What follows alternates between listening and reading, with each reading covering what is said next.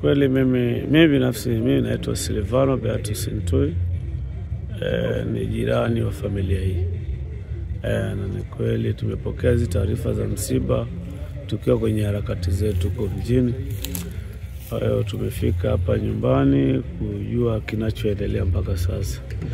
Kwa kweli ni taarifa ambazo zimetusikitisha sisi kama majirani pamoja na familia, kwa sababu tunavyojua familia ya MC Pilipili ni familia yetu. Tumeishi tukiwa wadogo mpaka kufikia umri huu unavyoniona, na niseme ni familia huu. Kwa hiyo tumepokea taarifa hizi kwa majonzi makubwa. Kwa kweli inatuumiza kwa sababu hatukujua ni shida gani imempata ndugu yetu, na ni mdogo wetu, na tulikuwa naye hapa miezi 2 iliyopita.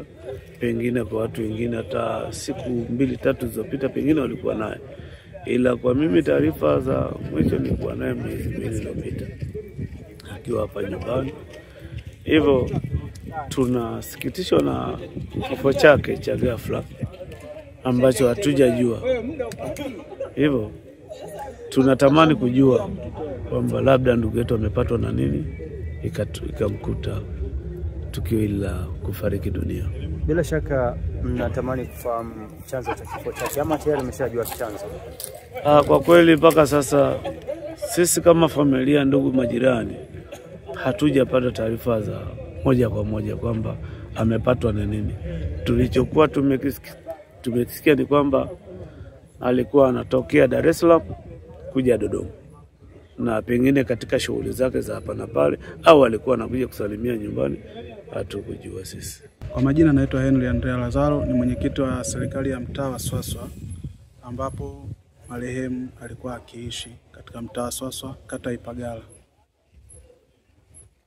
Na pengine taarifa za msiba mmepokea ukiwa wapi, lakini jinsi ambavyo mnamfahamu marehemu kwa ufupi tu? Taarifa za msiba nilizipokea nikiwa mitaa ya Udom. Nilipigiwa simu na kiongozi ambaye ni balozi wa mtaa huu. Alinipigia simu mida ya saa 12 kuelekea saa 1 kasoro. Alinipigia simu na kunipa taarifa kwamba MC Pilipili amefariki. Basi baada ya hapo nilifika, na nilitoka huko Udom na kufika mahali hapa kutamani kujua kinachoendelea katika mahali hapa. Na mpaka sasa pengine mmeshafahamu chanzo cha kifo chake ni nini? Kiukweli mpaka sasa bado sijapata taarifa au sijafahamu chanzo cha kilichomkuta au kitu kilichomkuta MC Pilipili. Mpaka sasa bado sijapata, na natamani nifahamu pia, lakini mpaka sasa sijafahamu kilichomkuta.